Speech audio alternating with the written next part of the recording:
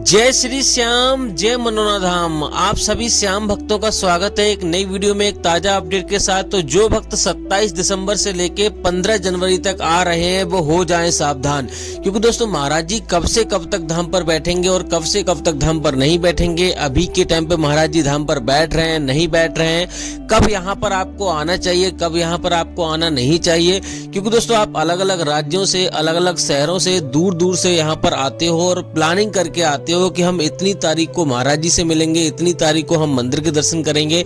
बहुत सारी प्लानिंग करके आते हो, लेकिन दोस्तों अगर महाराज जी यहाँ पर आपको ना मिले और यहाँ पर आपको दर्शन ना हो तो आपकी प्लानिंग धरी की धरी रह जाएगी।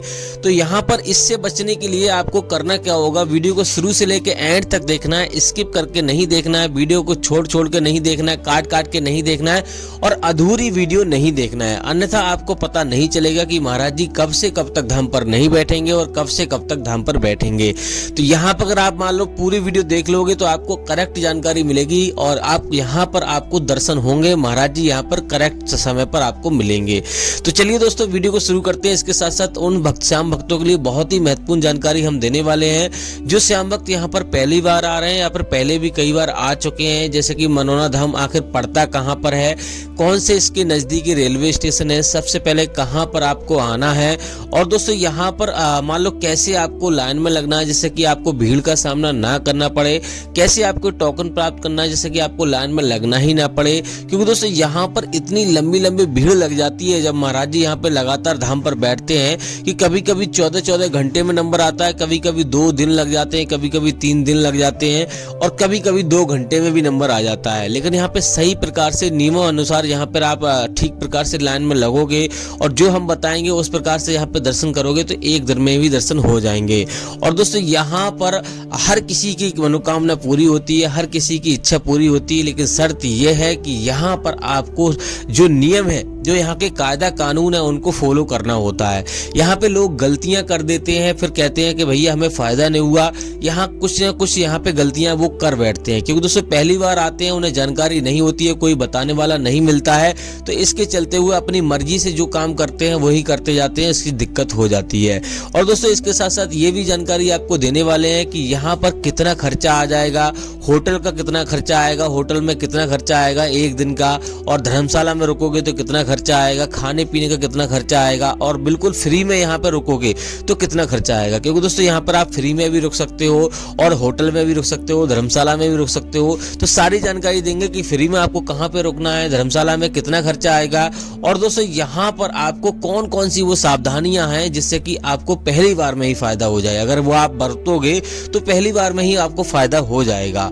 तो चलिए दोस्तों वीडियो को शुरू करते हैं। सबसे पहले तो जान लेते हैं आखिर दोस्तों मनोना धाम पड़ता कहाँ पर है। और दोस्तों पहले आपको बता दें, इसके साथ साथ ये भी आपको बताएंगे आखिर कौन कौन सी महाराज जी बीमारियां देखते हैं, कौन कौन सी बीमारियां नहीं देखते हैं, कौन कौन से धर्म के लोग यहाँ पर आते हैं, कौन कौन धर्म के लोग नहीं आते हैं।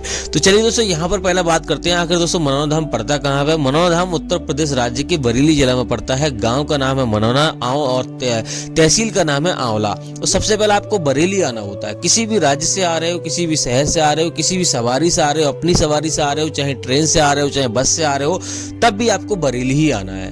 अगर आप मान लो बदायूं आना चाहते हो, एक भैया ने कमेंट किया था बदायूं भी इसका नजदीकी जिला है, लेकिन ये बरेली जिला में पड़ता है, लेकिन बदायूं भी काफी नजदीक पड़ता है। लेकिन दोस्तों वहां के लिए आपको ट्रेन, आपको लोकल ट्रेन चलती है।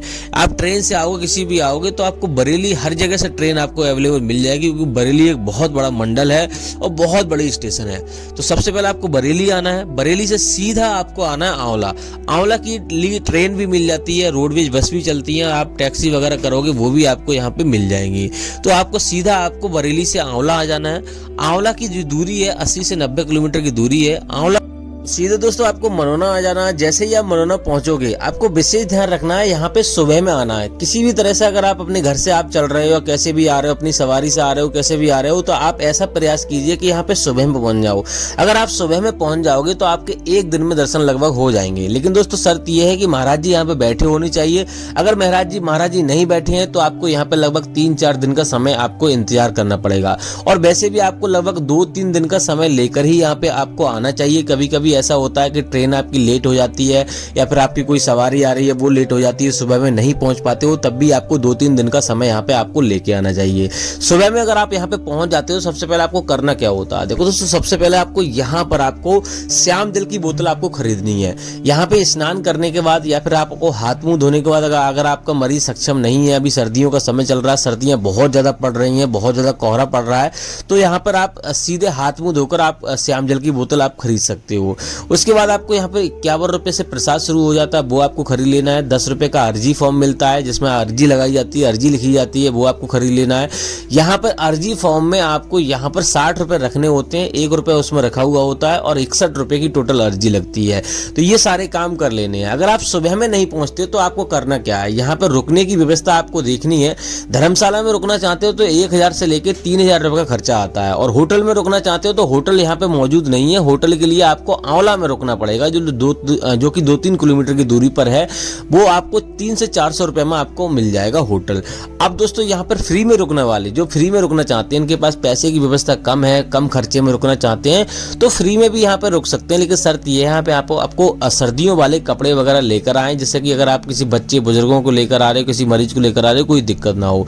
यहाँ पे जगह जगह टीन सेट पड़े हुए हैं, लकड़ी के छप्पड़ भी पड़े हुए हैं, और यहाँ से आप प्रसाद लोगे, वहां पर भी फ्री में रुकने की व्यवस्था है, तो वहां पर भी आप रुक सकते हो, कोई आपको चार्ज लगेगा नहीं। अब दोस्तों बात करते हैं यहाँ पर, मान लो सुबह में अगर यहाँ पे आप सुबह में ही पहुंचते हो तो आपको सबसे पहले मंदिर के दर्शन आपको करने हैं। मंदिर की लाइन में आपको पहले लगना है, इस बात का विशेष ध्यान रखना है। महाराज जी के दर्शन हमेशा बाद में करने होते हैं, क्योंकि दोस्तों अगर आपने महाराज जी के दर्शन पहले किए तो अभी आपको यहाँ पर श्याम जल काम नहीं करेगा। उसका कारण यह है कि जो भी काम बनते हैं खाटू श्याम महाराज की कृपा से बनते हैं। तो महाराज जी स्वयं इस बात को कहते हैं कि मैं तो सिर्फ आधार बना हुआ हूँ, जो भी काम होते हैं वो खाटू श्याम महाराज की कृपा से होते हैं। तो हर एक वीडियो में आपको बताता हूँ, आपको बिना चिंता करे, बिना सोचे आपको मंदिर के दर्शन आपको पहले करने हैं। अब दोस्तों बात करते हैं यहाँ पर, मान लो सुबह में आप नहीं पहुंचते हो और यहाँ पे किसी धर्मशाला या होटल में रुकते हो, तो आपको क्या करना है। जैसे कि आपको उसी दिन आप जैसे मान लो 2 बजे पहुंचे या 1:30 बजे पहुंचे या 11 बजे पहुंचे, तो आपको यहाँ पे मंदिर के दर्शन तो आप पहले दिन आप कर सकते हो। उसके बाद दूसरे दिन महाराज जी की लाइन में आपको लग जाना है, क्योंकि दोस्तों महाराज जी की लाइन भी सुबह 4 बजे लगना शुरू होती है, मंदिर की लाइन भी सुबह 4 बजे लगना शुरू होती है। तो आपको महाराज जी की लाइन में लग जाना है। महाराज जी सुबह 9:30 बजे से बैठना शुरू करते हैं और 3 शिफ्टों में बैठते हैं, और महाराज जी यहाँ पर श्याम जल आपको पिलाते हैं, पढ़कर अपने मुंह से पढ़कर आपको पिलाएंगे और थोड़ा झाड़ा वगैरह देंगे, और कोई यहाँ पे दवाई गोली नहीं देते हैं, इस बात का विशेष ध्यान रखना है।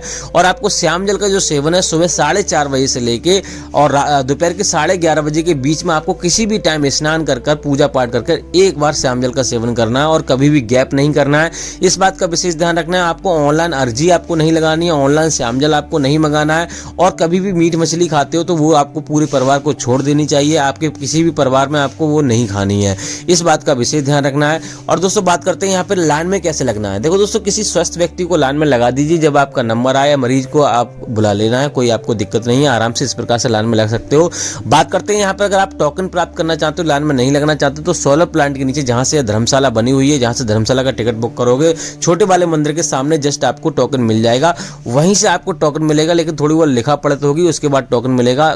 हर किसी को टोकन नहीं मिलता, जो गंभीर होते हैं पहले वो तय करते हैं कि इसको टोकन देना चाहिए नहीं देना चाहिए, उसी को टोकन मिलता है।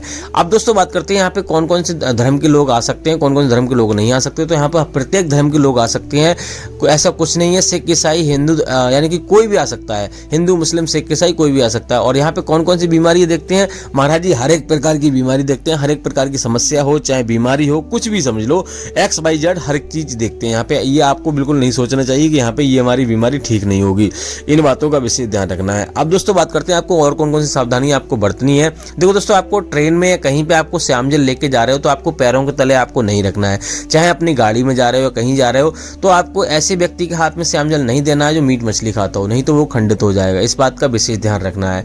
दूसरी बात यह है कि आपको ऑनलाइन अर्जी नहीं लगानी, मैंने आपको पहले ही बता दिया।